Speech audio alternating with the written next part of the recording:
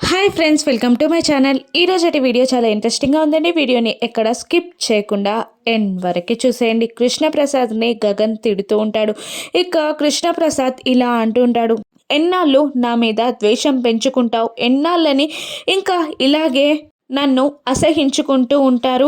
అసలు మీరాని నేను ఎందుకు పెళ్లి చేసుకున్నాననేది ఒక్కసారైనా నన్ను అడగరు మీరు. ఎందుకంటే మీకు నన్ను నిందించడానికి ఒక కారణం కావాలి అంతే.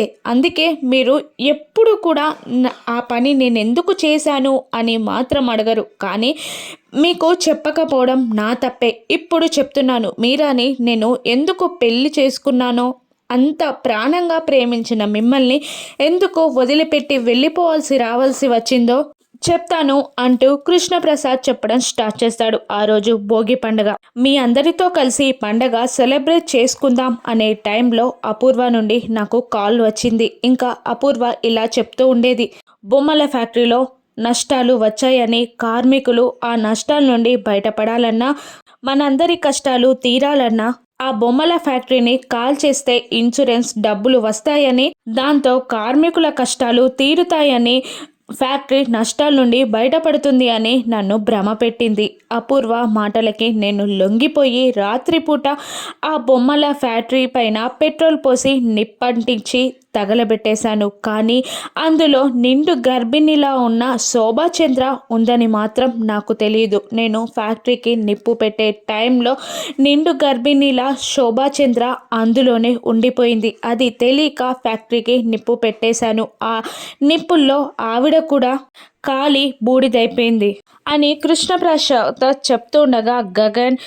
భూమి, శారద ముగ్గురు షాక్ అవుతూ ఉంటారు. ఇక భూమికి ఆ రోజు గగన్ తమ్ముడు ఫ్యాక్టరీ పక్కన నువ్వు దొరికావు అన్న మాటలు గుర్తొస్తూ ఉంటాయి. ఇంకా తనతో పాటే ఉన్న శోభాచంద్ర గజ్జలు, శాల్వా కూడా భూమికి గుర్తొచ్చి కాస్త అనుమానపడుతూ ఉంటుంది, తన తల్లి శోభాచంద్రేమోనని. ఆ ఫ్యాక్టరీని నేను తగలబెట్టేశాక అపూర్వ నన్ను బెదిరించడం మొదలుపెట్టింది. ఆ ఫ్యాక్టరీలో శోభాచంద్ర ఉందని, శోభాచంద్రని నువ్వే పెట్రోల్ పోసి తగలబెట్టేశావని శరత్చంద్రకి, గ్రామస్తులకి చెప్తానని నన్ను భయపెట్టేసింది.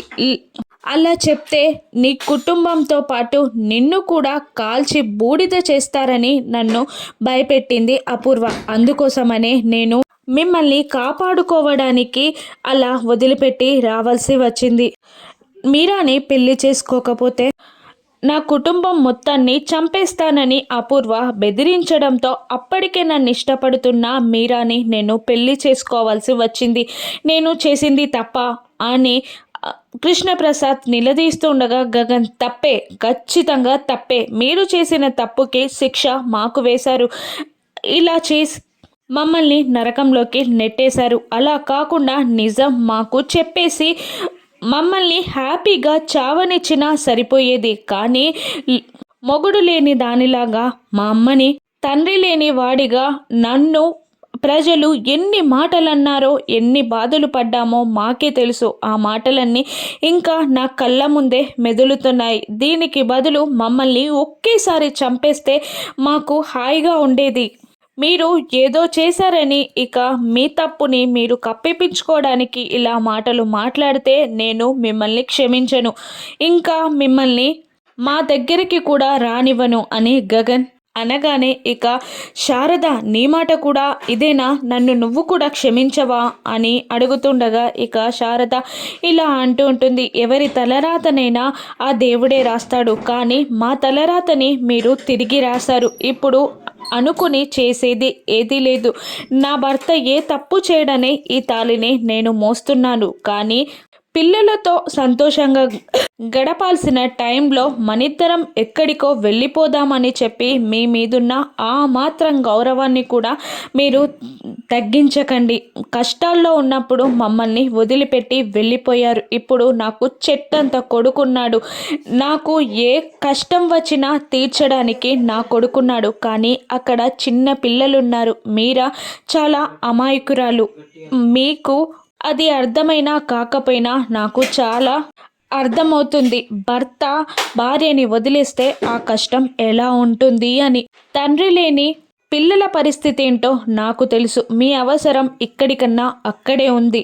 ఇంకొకసారి ఇలా మాట్లాడితే మీకు గౌరవం కూడా తగ్గదు. రారా గగన్ అని అంటూ శారద గగన్ని తీసుకొని వెళ్ళిపోతుంది. ఇక కృష్ణప్రసాద్ అక్కడే కూలబడిపోతాడు. ఇక భూమి కృష్ణప్రసాద్ దగ్గరికి వెళ్ళి ఏమండి అని అడుగుతుండగా ఎవరమ్మా నువ్వు అని కృష్ణప్రసాద్ అడుగుతూ ఉంటాడు. నేను ఆ రోజు మీకు ఫోన్ చేసి కలవాలి అని చెప్పాను కదా, నేనేనండి అని భూమి అంటూ ఉండగా ఎవరమ్మా నువ్వు, ఆ రోజు నిన్ను కలవడానికి నేను వచ్చాను కానీ నువ్వు నాకు కనిపించట్లేదు అనగానే అవునండి, నా ప్రశ్నలకి సమాధానాలు వెతుక్కుంటూ మీ దగ్గరికి వచ్చాను కానీ మీరు మీ భార్యతో మీ కొడుకుతో మాట్లాడిన విషయాల వల్ల నా ప్రశ్నలకి సమాధానాలు మీ వల్ల కూడా తెలియవని నాకు అర్థమైపోయిందండి అని అంటూ ఉంటుంది భూమి.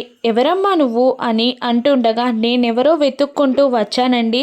నేను ఆ బొమ్మల ఫ్యాక్టరీ పక్కనే శోభాచంద్ర గారి గజ్జలు షాల్వాతో ఉన్నానంట. నేనెవరో తెలుసుకోవడానికే మీ దగ్గరికి వచ్చాను కానీ నాకు మీ దగ్గర కూడా ఏం సమాధానం దొరకలేదు అని భూమి అంటూ ఉండగా ఆ రోజు బొమ్మల ఫ్యాక్టరీ నుండి వెళ్ళే హడావిడిలో అవి అక్కడ పడేసి ఉంటుందేమో శోభాచంద్ర అని అంటుండగా నేను ఎలా ఎవరు అన్నది తెలుసుకునే ప్రయత్నంలోనే వెతుక్కుంటూ మీ దగ్గరికి వచ్చానండి అని అంటూ బాధగా తన తల్లి ఎవరో తెలియకపోవడంతో అక్కడి నుండి భూమి వెళ్ళిపోతుంది. ఇక గగన్ తమ్ముడు చెల్లెలు ఇద్దరూ కలిసి కృష్ణప్రసాద్ రాసిన లెటర్ని పట్టుకొని బాధపడుతూ ఉండగా ఇక డాడీ ఇక్కడికి రారా అన్నయ్య అని అడుగుతుండగా వస్తాడు అని అంటుంటాడు అతను. ఎలా వెళ్ళిపోయాడు కదా నాన్న అని అంటుండగా పెద్దమ్మ అటువంటిది కాదు, డాడీకి నచ్చజెప్పి ఖచ్చితంగా ఇక్కడికి పంపిస్తుంది అని గగన్ తమ్ముడు అంటుంటాడు. అప్పుడు అత్తయ్య అమ్మ మరి అలా మాట్లాడుతున్నారు కదా పెద్దమ్మ గురించి అని అంటుండగా అమ్మ మాట్లాడట్లేదు, పెద్దమ్మే మాట్లాడేలా చేస్తుంది అని అంటుండగా కృష్ణప్రసాద్ లోపలికి వస్తూ ఉంటాడు.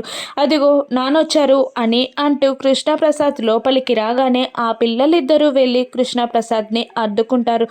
ఇక ప్రేమగా కృష్ణప్రసాద్ కూడా వాళ్ళిద్దరిని దగ్గరికి తీసుకోగానే అపూర్వ కృష్ణప్రసాద్ తల్లి మీరా శరత్చంద్ర అందరూ కిందికి దిగి వచ్చేస్తారు. ఇక అపూర్వ మళ్ళీ కృష్ణప్రసాద్ని తిట్టడం స్టార్ట్ చేస్తుంది. పెద్ద పెద్ద డైలాగులు రాసి లెటర్ రాసి వెళ్ళిపోయావు కదా అని అంటుండగా ఇక కృష్ణప్రసాద్ తల్లి మాత్రం వెళ్ళిపోయిన వాడు వచ్చాడని మీకు సంతోషం లేదు కానీ నిలదీస్తున్నారా అని అడుగుతుండగా మీరు తల్లి కాబట్టి అలా మాట్లాడుతున్నారు, అసలు అతను వెళ్ళింది ఒంటరిగా కాదు, మా బావ పరువు మర్యాదలు తీసుకొని వెళ్ళిపోయాడు, మా బావని అవమానించి వెళ్ళిపోయాడు అని అపూర్వ కృష్ణప్రసాద్పై లేనిపోని చాడీలు చెప్తూ ఉంటుంది. ఇక శరత్చంద్ర కూడా కృష్ణప్రసాద్ని తిడతాడా? భూమి తన తల్లిదండ్రులు ఎవరో ఎలా తెలుసుకోనుందో రాను ఎపిసోడ్స్లో చూద్దాం. Thank you for watching.